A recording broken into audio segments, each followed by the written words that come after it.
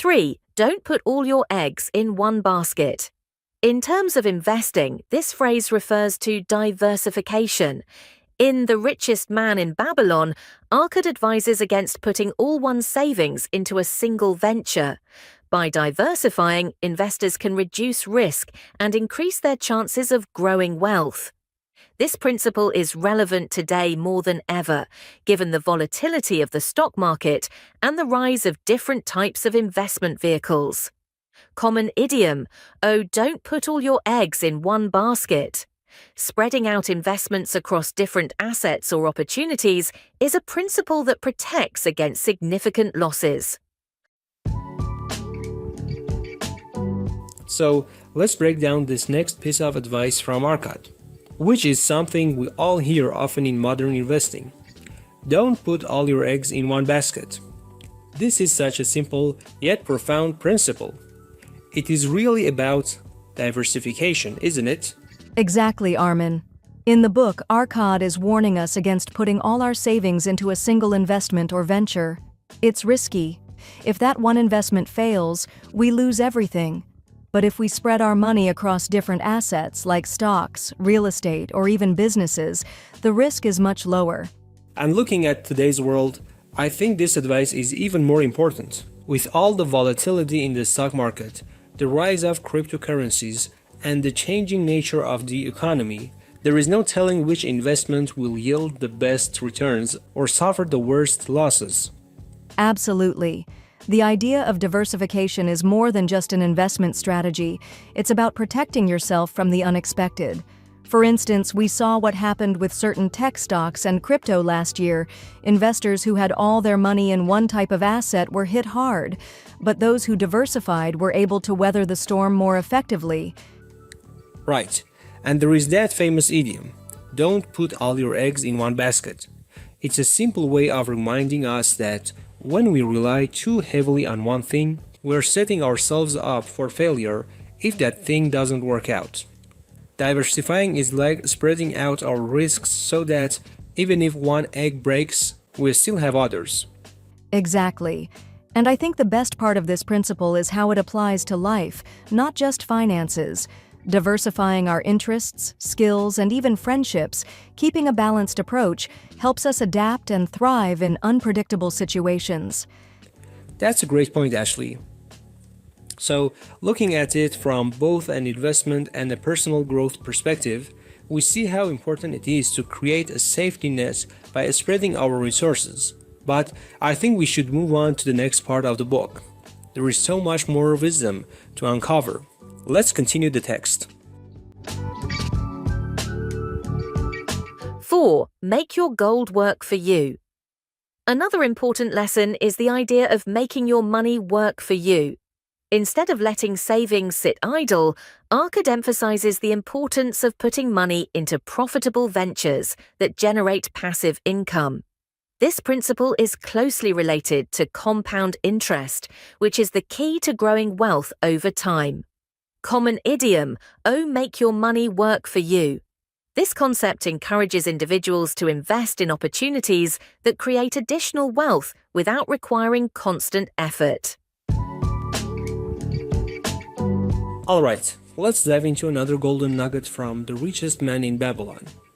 The next principle we're going to talk about is make your gold work for you. Now, Ashley, this is a game changer, isn't it? Absolutely, Armin. This principle really challenges the traditional way of thinking about money. Instead of simply saving money and letting it sit in a bank account, Arkad teaches us that we should put our money to work by investing it in opportunities that generate passive income. It's all about growth, not stagnation. Exactly. It's closely related to the idea of compound interest, which, as we all know, is like money growing on top of money. When you invest wisely, the returns don't just stay the same, they grow exponentially over time. This is where the concept of making your money work for you really comes into play. You let your money do the heavy lifting. Right? And the great thing about this principle is that it's not about making big, risky bets. Arkad is all about being wise and cautious when choosing where to invest. It's about finding profitable ventures that will steadily grow your wealth over time without needing constant effort. which is such a smart approach. This also brings to mind the common idiom, make your money work for you. It's something we hear all the time, but it's rooted in such solid financial wisdom. Instead of just earning money and saving it, you're putting it in places where it can generate more money, passively. It's a powerful shift in mindset, for sure. When we think about wealth building, we often focus only on income from a job or a business. But what Arcad is telling us is that the real wealth comes when your money starts working independently of your time. It's like setting up a system that grows on its own. Absolutely. And to reinforce that, Arcad also emphasizes that patience and persistence are key. You might not see huge returns overnight, but with time and wise investments, your wealth can multiply beyond what you might expect. It's all about creating that financial foundation and letting it build over time. So true. And this is a lesson that anyone, regardless of their current financial situation, can start applying. Whether you have a little or a lot to invest, the key is to make intentional, wise choices with your money. So, with that in mind, let's continue with the next part of the text. 5. Better late than never.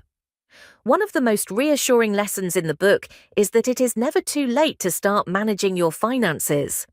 While it's ideal to start early, even latecomers can benefit from making wise financial decisions.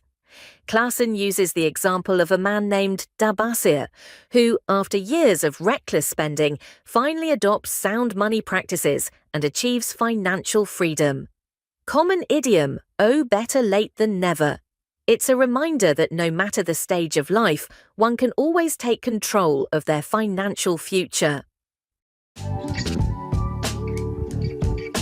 Alright, let's take a closer look at this concept.